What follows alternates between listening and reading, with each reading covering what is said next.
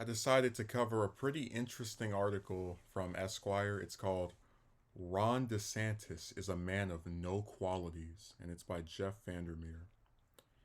The headline is As Ron DeSantis provides safe harbor for oppression in Florida and exports bad policy across the country, it's clear that he represents an existential threat to American democracy, even if he fails to become president. After 4 years of punishing the people of Florida with actions largely meant to increase his personal power, Governor Ron DeSantis appears to be bringing his corrosive brand of politics to a presidential run.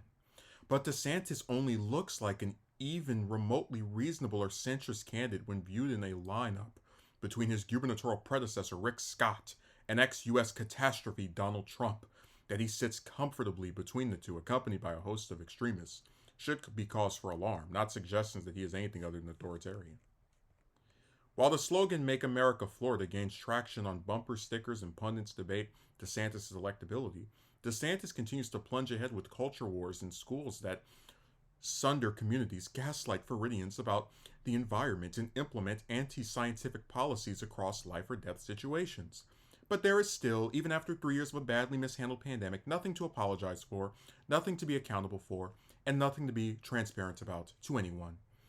A Florida political system that has, over the course of several Republican governors, maximized voter suppression and gerrymandering has contributed to DeSantis' unprecedented ability to centralize power in Florida and muffled most effective opposition.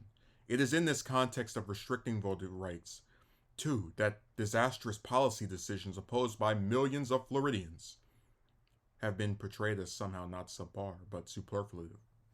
In certain quarters, these policies are ballyhooed as a form of freedom and liberty, just like destructive Republican governors before him fettered the nest for DeSantis' success by destroying safeguards and institutions, making it possible for DeSantis to become more predatory and authoritarian. Trump has set the table for DeSantis at the national level. Trump's coalition of white nationalists, conspiracy theorists, disgruntled right-wing journalists, and evangelicals now becomes how DeSantis, who otherwise might be unelectable, can see a path to the White House. With DeSantis' explicit approval, the Republican-led Florida legislature has stamped out as much home rule as possible, continuing Scott's legacy, and rendered cities and counties less able to govern effectively. This helps the special interests that fuel DeSantis' campaigns, but does nothing for ordinary citizens. DeSantis' unchecked power in the state is reflected in his ability to bully that same legislator into a redistricting that removed traditionally black voting blocks, despite the legislator preferring a more moderate plan. That he worked with national operatives to push this effort to completion hints at the networks DeSantis already has access to even before formally announcing a run for president. Where Scott, an austerity Republican, has not already retired or removed competency within state agencies during purges disguised as fiscal responsibility, DeSantis has continued to politicize as many positions as possible, removing vital experiences from state agencies as a feature, not a bug, of these actions. DeSantis has made many of these institutions much less transparent and accountable to Floridians. But DeSantis has crossed boundaries Scott only dreamed of breaching, including a shameless streak of political pay-to-play. An October 2022 Tampa Bay Times article revealed that since assuming office in 2019, DeSantis has accepted roughly $3.3 million in campaign donations from 250 people he suggested for leadership roles, a 75% increase in the number of donors appointed over Scott's first term in office. I told you we live in an oligarchy. As DeSantis blurs the line between matters of state and his personal campaigns, he often talks about fighting the corporate media as a sop to his supporters, portraying himself as a modern day American hero standing up for the common man and sometimes women. Yet his campaigns have largely been backed and supported by huge corporate conglomerates or elites. Yeah, him and every other politician at this point. DeSantis' recent efforts to remove a state's attorney re-elected by the voters and reappoint an extremist judge rejected by the voters demonstrate a willingness to keep pushing the legal limits of his authority in pursuit of more centralized control of Florida, blurring the lines between the governorship and his campaign. DeSantis celebrated his executive order suspending woke Hillsborough prosecutor Andrew Warren Marshall at a rally described as campaign-like, complete with cheering crowds. Internal communications from the governor's office suggest DeSantis wanted a fight with the Democratic attorney to further push the governor's woke war. But what has DeSantis been successful at? Helping DeSantis is a personal media machine that includes Christina Pushaw, former press secretary, constantly on the attack on social media. Within DeSantis' dismal inner circle of anti-vaxxers, big developers, and people who have been arrested, Christine Pushaw serves proudly as a kind of resurrected middle school bully. Pushaw spends a lot of her time punishing journalists on social media, acting as if facts were hand grenades strapped to puppies.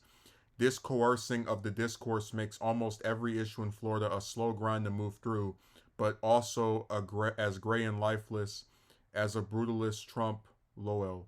There is also in all of this a trickle-down effect of local Florida politicians featuring Ron, using Ron as an excuse, acting like Ron or like Ron's inner circle, employing Ron's tactics, giving voice to his rhetoric, believing what they think Ron believes, making it reasonable, worshiping Ron's success.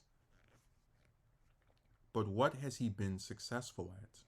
Ron DeSantis will tell Americans in his new book, Courage to be Free, that his heart was always for the people of Florida and pay lip service to Florida's rich history. He will paint himself possibly into a corner as a hero, a David to the Goliath of corporate media, even as he takes millions from huge corporations. He will tell you he is saving the Everglades, even though most of his promises remain unkempt and the measures undertaken inadequate. DeSantis will likely exaggerate a military career that resulted in him creating a Bronze Star for receiving a Bronze Star for classified duties during 2007 to 2008, only for him to leverage that honor by characterizing his service as a lawyer as indistinguishable from being a fighter pilot in ads for his 2022 campaign. Another DeSantis ad stated that God made DeSantis on the 8th day because, as God allegedly put it, I need a protector. Politically, DeSantis' first job as a member of the House of Representatives, 2012-2018, displayed more evidence of his allegiance to the corporate interest than being God's defender of ordinary Floridians. The League of Conservation Voters gave DeSantis a 2% rating for voting against clean water and air efforts, and for big agriculture, only pushing back against a big sugar provision in a farm bill. These votes presaged a governorship greenwashed by its second year, despite DeSantis appointing himself a new Teddy Roosevelt of conservation. Details about DeSantis' military career may be sacrosanct, but recent insight into his stint as a high school teacher in Georgia provides a view of DeSantis that also undermines the idea of divine guidance. In addition to being cocky and arrogant, not traditional Christian values, DeSantis fraternized with students in an unprofessional way, made black students uncomfortable with comments dismissive of slavery, and displayed cruelty and humor during a public prank in which he coerced a student to chug milk until the student vomited. And while national pundits applauded DeSantis' hurricane response, what many Floridians saw was DeSantis in spotless wading boots displaying disastrously for a photo op while wearing the tasteless adverts of a re-election badge. On DeSantis admonishing hypothetical looters as survivors worried about digging through the wreckage to find their dead, or even as Florida enjoyed record surpluses and still sometimes wearing his re-election swang, DeSantis establishing and stumping for a potentially fraught private non-corporate fund for the hurricane's victims. But much worse still, in terms of disaster, DeSantis has already politicized the pandemic. COVID broke communities in Florida, even if some still do not know they were broken or how broken. It left communities to fend for themselves, even in counties that tried to provide decent messaging. All white people we loved died or got sick and died later. Into these horrors, DeSantis inserted a counterfactual surgeon general who did not believe in masks or vaccines, and punished businesses and school boards that tried to follow the facts by instituting local mask and vaccine mandates. A statewide communication failure and full on disinformation campaign arguably increased death and suffering, culminating in DeSantis' call to establish a COVID jury to help justify his decisions. DeSantis used his messaging and his proxy's messaging not just to push a political agenda rather than a public health agenda, but to break down a political resistance at the same time. DeSantis, in part, built his political machine on making Florida sicker. Despite these discrepancies between image and substance, DeSantis will try to portray himself as a benevolent, successful man, presidential in the sense of not doing any of the things he has done as a politician. Helping that narrative will be his wife, Casey DeSantis, who will provide the optics of a perfect family, scripted by a skilled media team. Her attire at her husband's inauguration generated praise, conjuring up the illusion of Jackie Kennedy, as cynically intended. But there's no Camelot waiting at the end of a DeSantis presidential run.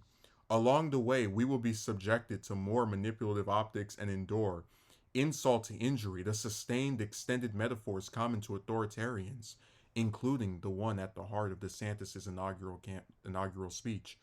In containing the ship of state, we choose to navigate the boisterous sea of liberty rather than cower in the calm docks of despotism. Normalization of cruelty matters. Normalization of authoritarianism matters. Normalization of Orwellian approaches to governance and anti-democratic to their core matter. It is dangerous to let fascism become a concept that lazily yawns and breathes in the morning air, whistles a cheerful tune in the way to a cafe coffee and a breakfast sandwich before getting down to the serious work, thankful that once more it has not had to explain itself. The business of state, which for DeSantis is often the business of his own personal politics, will continue. His 15-week abortion ban may become even more restrictive, and concealed carry of weapons without a permit is back on the legislative agenda. In addition to a brutal campaign of suppression of queer identity, DeSantis has supported his crusade against critical race theory by trying to destroy New College with extremist and incompetent board appointees, and by sending a letter to all public universities asking for information on their race and diversity teachings, even as professors quit rather than subject themselves to censorship. CRT allows far-right Republicans to combine a straw man with a boogeyman in pursuit of the perfect bogus woke war, while the demonization makes it hard for colleges to effectively serve their students. DeSantis may be less flamboyant than Trump, but he supports a style and substance of governance just as inflammatory. He weaponizes others' emotions to create an image of himself as imbued with the qualities of some quasi-religious savior of Florida, while actually making people's lives worse. He then, over and over again, continues to inflame the discourse so the sleight of hand that is his charisma doesn't gutter out, because the issue contains the igniting ember, not anything in DeSantis' personality. What this means for DeSantis' presidential campaign is unclear, despite pundits doing what they do best, throwing civilized, barbaric yelps into the void and hoping the echo that comes back is the future. The chaotic DeSantis style of governance, from which it is difficult to pivot to whatever center remains, has only two clear benefits. It gives DeSantis more state control and more national media coverage. The most memorable description of DeSantis at the beginning of his turn to the far right came from Nate Monroe of the Jacksonville Times-Union, who wrote that Florida's Mad King was sinking ever deeper into strange and dark fever dreams. Monroe was referring to DeSantis' Darwinian COVID-19 herd immunity experiment, hiring of COVID conspiracy theorists, and as the pandemic raged, a crackdown on nonviolent Black Lives Matter protesters in the state by expanding stand your ground laws to absolve motorists driving into marchers.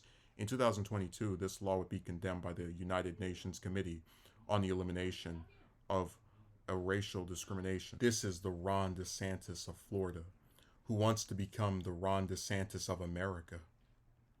In the end, it may not matter whether DeSantis is a mad king, a cipher like Rick Scott, an ideologue, an oligarch, an autocrat, or a rather ordinary politician in the right place at the right time, the effects of DeSantis's actions remain the same. While in his rhetoric he often takes the term bully pulpit as literally as possible, Florida and its people don't deserve this desecration. No place does. Even as DeSantis and his Republican predecessors have managed to turn an absolute paradise into a place that is close to a failed state. Because what this Ron DeSantis does at base, including to his base, is simple. He inflicts damage in pursuit of political gain, on purpose and with abandon and with no regard for collateral harm. What trickles down then in the end, along with all of this freedom, is nepotism, corruption, cruelty, greed, and both by design and as a byproduct of all the rest, shockingly bad ideas about governance. Why would you want any of this inflicted on the nation?